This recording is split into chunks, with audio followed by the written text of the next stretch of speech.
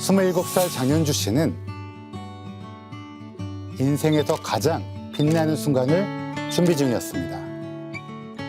결혼식이 3개월 뒤로 다가왔는데요. 2년간 소중하게 키워온 사랑의 결실이었습니다. 결혼사진 촬영도 하고 신혼여행도 예약하고 준비할 게 산더미라서 눈코 뜰 새 없이 바빴지만 사랑하는 사람과 결혼한다는 것만으로 너무 행복했습니다. 그날 아침 현주 씨는 회사에 출근하기 위해 집을 나섰습니다. 평소 집 앞 공영주차장에 차를 세워두는데 전날 자리가 없어 5층에 대놨거든요. 서둘러 계단을 올라갔습니다. 그런데 금요일 아침이라 그런지 사람이 없었어요. 5층에 주차된 차로 다가가 문을 여는 순간 누군가 뒤에서 현주 씨를 덮쳤습니다. 옆구리에서 느껴지는 날카로운 통증.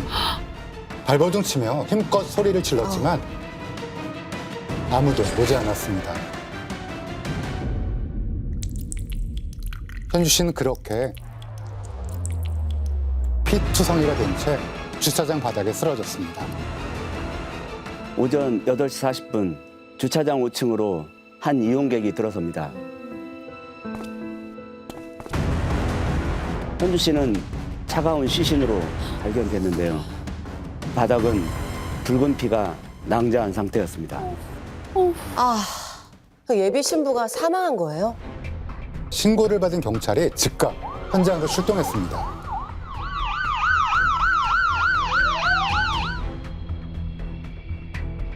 혈액의 응고 상태 등을 봤을 때 현주 씨는 사망한 지 채 1시간도 되지 않은 것으로 판단됐습니다.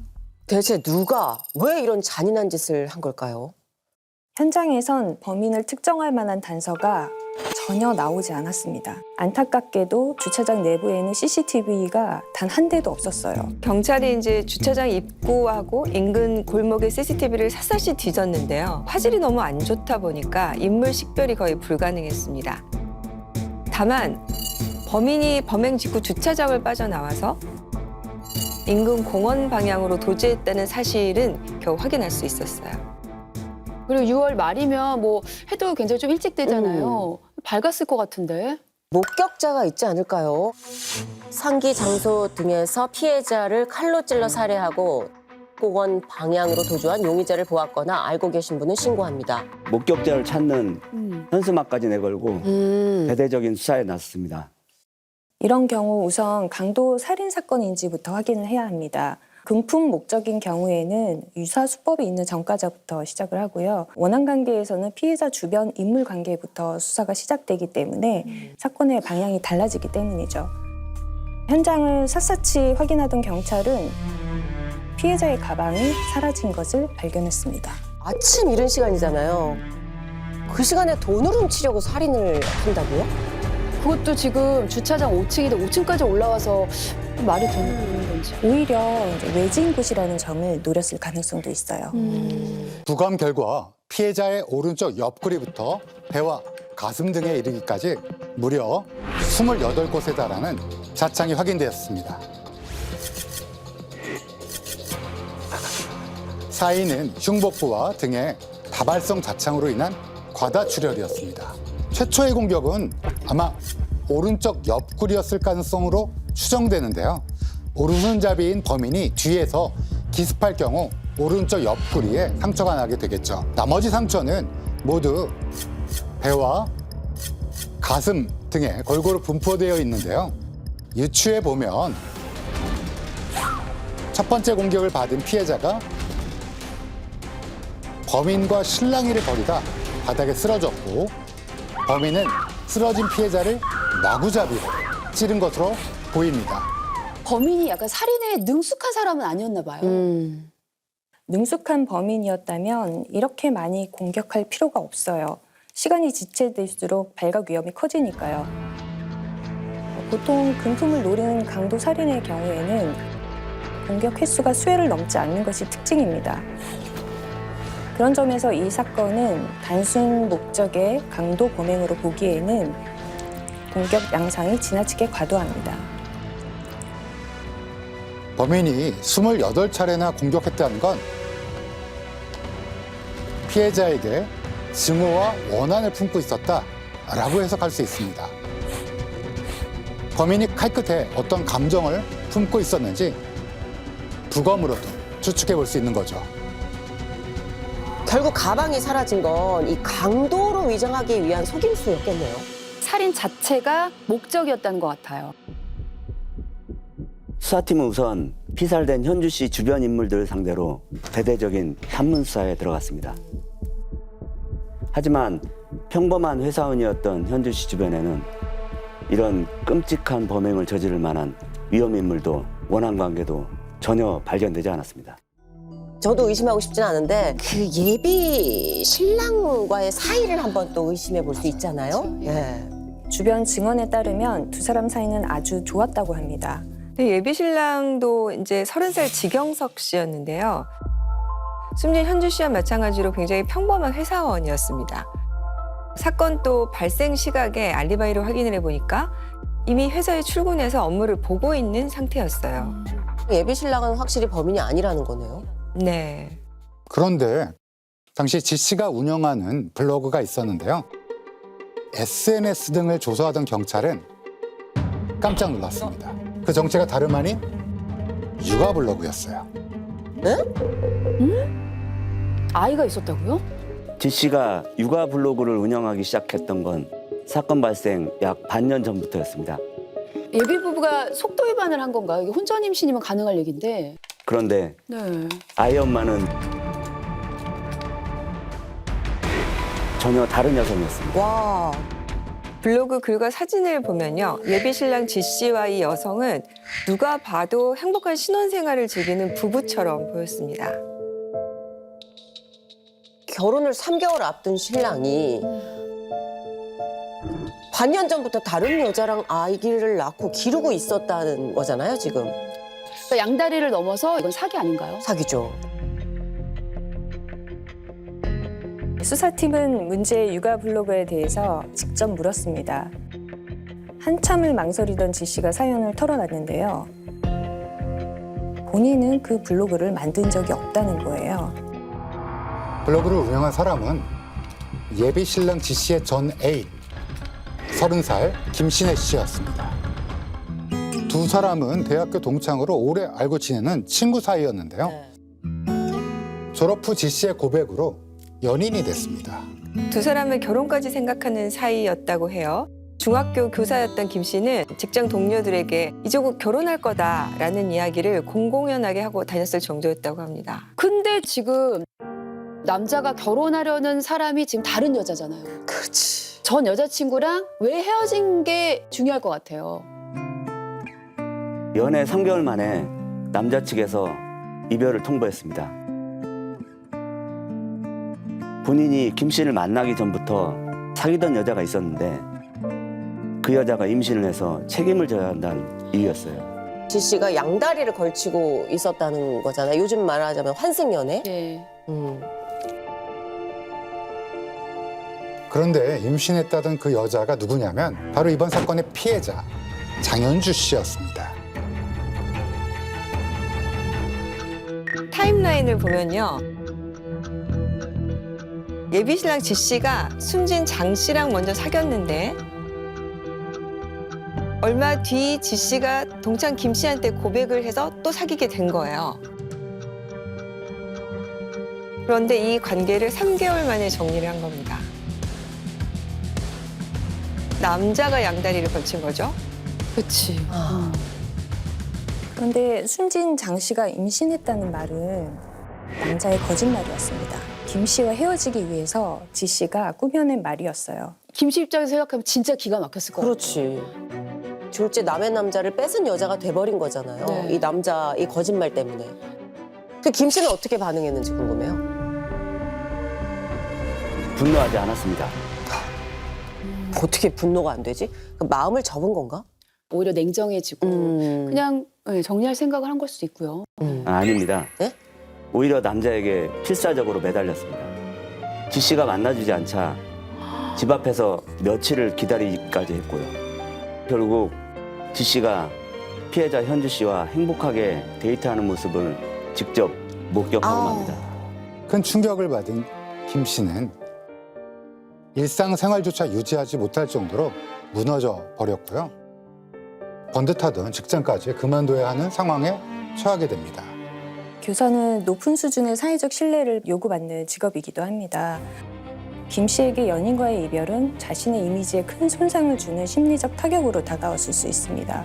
단순한 실연을 넘어서 남들이 나를 어떻게 볼까라는 공포까지 김 씨를 벼랑으로 몰아넣은 거죠.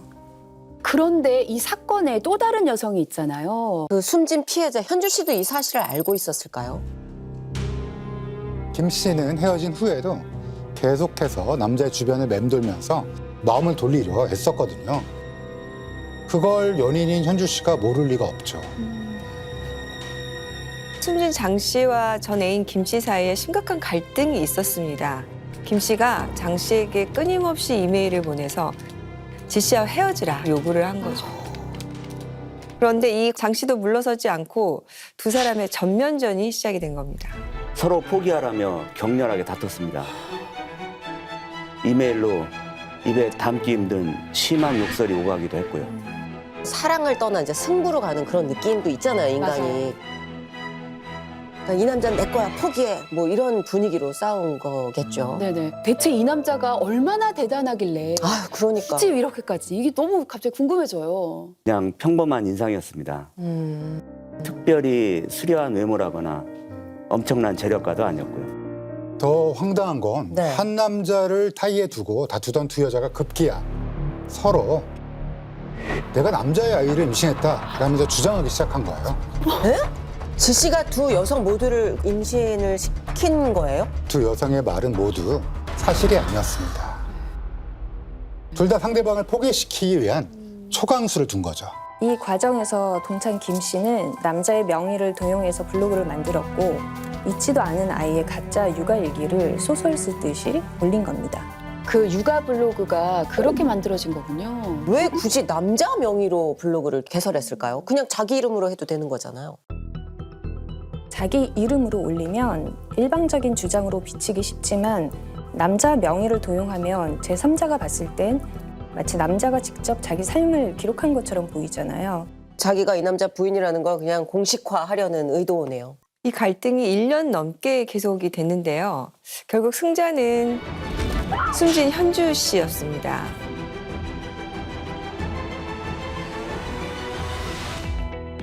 사건 발생 석 달 전에 그녀와 지 씨는 혼인신고까지 마치며 법적 부부가 됐어요. 전 여자친구가 너무 적극적으로 나오니까 남자 입장에서는 좀 부담감 같은 거를 크게 느꼈던 것 같아요. 빨리 현주 씨랑 결혼해서 아예 그냥 김 씨가 포기하게 만들려고 했겠죠. 반대로 이 소식을 접한 김 씨의 분노는 오히려 걷잡을 수 없이 불타올랐습니다. 그럼 정황상 전 애인인 동창 김 씨가 가장 유력한 용의자가 되는 건가요?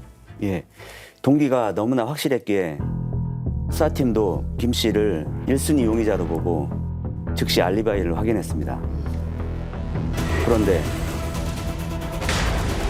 사건 당일 김 씨는 범행 현장에서 멀리 떨어진 곳에 있었다는 사실이 확인됩니다. 알리바이는 확인됐지만 수사팀은 두 여자의 심상치 않은 갈등에 주목했습니다. 현주 씨의 죽음에 김 씨가 어떤 식으로든 개입을 했을 거라고 판단하고 행적을 관찰하기 시작했습니다. 그런데 사건 발생 한 달 전에 김 씨가 해결사 넘버원이라는 이름의 인터넷 카페에 접속한 사실이 확인이 됩니다. 해당 카페는 무슨 일이든 다 해결해 드립니다 라는 슬로건을 내걸고 운영되던 곳이었는데요. 청부살인이 가능하다는 광고까지 서슴없이 올라와 있었습니다. 김 씨의 이메일을 추적한 결과 카페 운영자인 33살 현기철에게 현주 씨를 죽여달라고 의뢰한 사실이 드러났습니다. 아, 이거 진짜 청부살인인 거예요, 그럼? 김 씨는 카페 운영자 현 씨에게 메일을 통해 자신의 사연을 낱낱이 털어놓았습니다. 그리고 현주 씨를 죽여줄 수 있는지 문의했고요. 현 씨는 비용만 맞으면 무슨 일이든 할 수 있다고 답했고 김 씨는 착수금 명목으로 300만 원을 보낸 뒤 성공하면 잔금까지 치르겠다는 위험한 계약 관계를 맺게 된 겁니다. 인간으로서 넘지 말아야 할 마지노를 넘어버린 거죠. 김 씨가 카페 운영자 현 씨에게 성공보수 600만 원을 추가로 보낸 사실까지 확인이 됐어요. 그래서 즉시 살인 교사 혐의로 김 씨를 구속했습니다. 카페 운영자 그 현 씨가 가장 유력한 살인 용의자가 되겠네요. 현 씨는 종적을 감춘 상태였는데요. 경찰이 끈질기게 행적을 추적한 끝에 40일 만에 인천의 한 PC방에서 현 씨를 검거하는 데 성공합니다. 그러면 이제 김 씨도 범행을 자백해야죠. 인정하고. 살인을 의뢰하고 실행한 두 사람 모두 범행을 완강히 부인했습니다. 의뢰인 김 씨는 그저 혼내주라고만 했을 뿐 죽이라고 시킨 적은 없다라고 주장을 했고요. 살인을 실행한 현 씨는 의뢰만 받았지 실제로 내가 죽인 건 절대 아니다 라며 발뺌했습니다. 실제 메일 내역을 더 파헤쳐 보니까요. 현 씨는 며칠간 현주 씨를 따라다니면서 범행 기회를 엿봤는데요. 그때마다 의뢰인 김 씨에게 실시간으로 보고를 했어요. 집 앞에서 잠복 중이다. 미행하다 놓쳤다. 주로 이용하는 주차장을 파악했다. 뭐 이런 식으로 말입니다. 심지어 살해 직후 보낸 메일에는 이런 내용도 있었습니다. 강도 살인으로 위장하기 위해서 일부러 가방을 가져왔다고요. 가방이 그때 그래 사라진 거군요. 범인 현 씨가 의뢰인 김 씨에게 보낸 메일 중에 의미심장한 말이 하나 있었습니다. 뭐였는데요? 내가 돈을 후불로 갖고 일을 한 건 당신이 처음이다. 다른 청부 살인은 다 선불이었어. 이 말인 것 같은데. 현 씨의 청부 살인이 처음이 아니라는 명확한 증거가 될 수도 있겠네요. 문제는 직접적인 증거가 전혀 없다는 그렇죠. 거였어요. 그래서 현 씨는 계속해서 묵비권을 행사했고요. 자신의 죄를 부인을 했는데 결국 결정적인 스모킹건이 발견됩니다. 뭐였나요, 그게? 경찰이 조사 당시 현 씨가 입고 있던 바지 주머니를 뒤졌는데요. 네. 그 안에서 피살된 현주 씨의 연락처 그리고 사진이 발견되었습니다. 전혀 일면식도 없는 피해자의 신상 정보를 주머니에 넣고 다닌다는 것. 그 자체를 증거로 볼 수 있는 거죠. 그렇죠. 그렇죠. 경찰의 집요한 추궁 끝에 결국 현 씨는 범행 일체를 자백하게 됩니다. 김 씨로부터 살인을 의뢰받은 현 씨는 범행 전날 오후 시장에서 과도와 모자, 장갑 등을 미리 구입했습니다. 며칠간의 미행을 통해서 피해자의 동선을 완벽히 파악했고 그러다가 결국 오전 8시 40분 5층 주차장에서 범행을 실행에 옮긴 겁니다. 평범한 출근길 아침에 이런 일을 당할 거라고 생각이나 했겠습니까? 피해자가 차문을 열려는 찰나 범인은 준비한 과도를 들고 뒤로 접근했습니다. 왼팔로 목을 끌어당기면서 옆구리를 찌른 거죠. 그런데 예상치 못한 상황이 벌어집니다. 살려주세요! 현주 씨가 비명을 지르며 격렬하게 저항을 한 거죠. 당황한 범인은 반항하는 현주 씨를 바닥에 쓰러뜨렸습니다. 그리고 비명이 멈출 때까지 마구잡이로 공격을 이어갔어요. 무려 28차례나 흉기를 휘둘렀습니다. 분노나 원한이 아니고서야 어떻게 28곳을 찌를 수가 있죠? 피해자가 반항해서 당황했다기엔 너무 과하죠. 범죄 행위 전반에서 단지 의뢰받은 일을 수행하는 계약관계를 넘어서는 강한 증오와 분노가 관찰됩니다. 그렇다면 설마 그 범인 현 씨가 피해자 현주 씨랑 아는 사이였나요? 단 한 번도 마주친 적이 없는 생판남이었습니다. 현 씨는 사랑하던 연인에게 처참하게 배신당한 경험이 있었어요. 결혼까지 생각했던 여자가 자신의 친동생과 바람이 났고 심지어 둘이 함께 도망을 간 겁니다. 범인 현 씨는 그 충격으로 오랜 시간 방황했어요. 결국 남녀 사이의 배신 행위에 대해서 병적인 거부감을 갖게 된 거죠. 단순히 돈을 목적으로 한 살인이 아니라 과거 자신의 상처에서 비롯된 적개심이 폭발한 감정적인 그런 가능성이 큽니다. 범행을 준비하면서 스스로를 나쁜 사람을 응징하는 정의의 사도로 합리화했을 거예요. 28번의 잔혹한 공격은 결국 피해자가 아니라 과거 자신을 버린 여성을 향한 분노였던 셈이죠. 왜 애꿎은 사람에게 자기의 분노를 표출하나요? 현주 씨는 사실 뭐 누구를 배신한 적도 없고 오히려 피해자잖아요. 그러니까 의뢰인 김 씨도 지금 어이가 없는 게 자기를 배신한 건 그 바람핀 남자잖아요. 근데 왜 애꿎은 그의 애인을 죽이려고 하죠? 남자의 변심을 인정하는 것 자체가 김 씨에게는 자신의 존재 자체를 부정당하는 그런 고통이었을 거예요. 내가 선택받지 못했다는 사실을 받아들이기보다는 그 원인을 외부의 제3자에게 돌리는 게 더 쉬웠을 겁니다. 실제로 김 씨는 조사에서 이렇게 말했습니다. 그 여자만 없으면 내 사랑은 다시 돌아올 겁니다. 본인은 그렇게 믿고 싶겠지만 아내를 죽인 여자한테 돌아갈 수가 있을까요? 그러니까. 이별에도 애도의 과정이 필요합니다. 부정, 분노, 협상, 우울 단계를 거쳐서 사실을 받아들이는 수용 단계로 가야 합니다. 그런데 김 씨는 이 과정이 정상적으로 진행되지 않았습니다. 반년 넘게 가짜 블로그를 운영하면서 진실을 부정했고 계속된 설득이나 임신 주장 같은 협상이 통하지 않게 되자 살인 청구라는 가장 극단적인 카드를 꺼낸 겁니다. 그런데 수사 결과 실행범 현 씨의 숨겨진 여자가 추가로 발견됩니다. 어머, 또 다른 살인 청구가 있었던 거예요? 청부가 아니라 본인이 직접 저지른 살인이었어요. 누굴 죽인 거예요? 돈이 궁해지자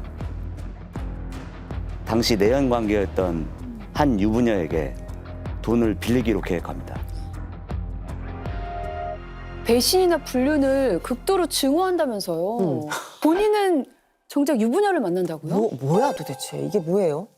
현 씨에게 배신이란 내가 당하는 고통일 뿐 내가 행하는 부도덕함은 정당화 대상이었을 겁니다. 타인의 도덕성에는 엄격한 잣대를 대면서 정작 본인의 욕망 앞에서는 한없이 관대했던 거죠. 더 기가 막힌 건 범인 현 씨가 사귀던 여성을 살해한 이유가요. 500만 원을 빌려달라고 요구했는데 거절당하니까 여기에 분노를 해서 여성을 목졸라 살해했다는 겁니다. 범인은 살해 후에 여성의 카드를 훔쳐 550만 원을 인출했습니다. 그리고 시 씨는 차 트렁크에 옮겨 싣고 한적한 곳에 차를 버린 뒤에 달아났어요. 고작 돈 몇백만 원 때문에 귀중한 하나의 생명을 앗아간 겁니다. 그래서 이 괴물들은 도대체 어떤 처벌을 받았습니까? 직접 살인을 실행한 현 씨는 무기징역을 선고받았습니다. 살인을 청부한 김 씨는 징역 15년을 선고받았고요. 죄질이 그렇죠. 너무 가벼워요. 너무 가벼운 거 아닌가요? 판결문을 보면 이런 대목이 있습니다. 연인이었던 지 씨에 대한 배신감과 피해자에 대한 복수심으로 인해서 범행 당시 다소 정서가 불안정한 상태에 있었던 것은 인정된다. 이게 정상 참작을 한 걸로 보입니다. 1년 넘게 치밀하게 준비하고 2번이나 청부를 시도한 집요함을 고려할 때 15년이라는 형량은 턱없이 부족해 보이는 게 사실입니다. 그렇죠. 이런 류의 범죄를 저지른 가해자들을 면담을 해보면 놀랍도록 똑같은 말을 많이 합니다. 그 여자만 없으면 내 사랑은 다시 돌아올 겁니다. 하지만 이건 사랑이 아니라 타인을 자신의 뜻대로 되돌릴 수 있다고 믿는 왜곡된 통제 욕구일 뿐입니다. 존재하지도 않는 환상을 붙잡기 위해서 무고한 생명을 짓밟은 가해자에게 그 어떤 정서적 불안정도 사실은 면죄부가 될 수는 없습니다. 사랑이란 단어가 이토록 추악하게 쓰이는 경우를 종종 목격하게 되는데요. 자신의 상처를 치유하는 대신 타인을 파괴하는 것은 명백한 범죄입니다. 사법부가 이렇게 집요하고 계획된 범죄에 대해서는 조금 더 엄격한 잣대를 적용해야 되지 않나 하는 아쉬움이 큽니다.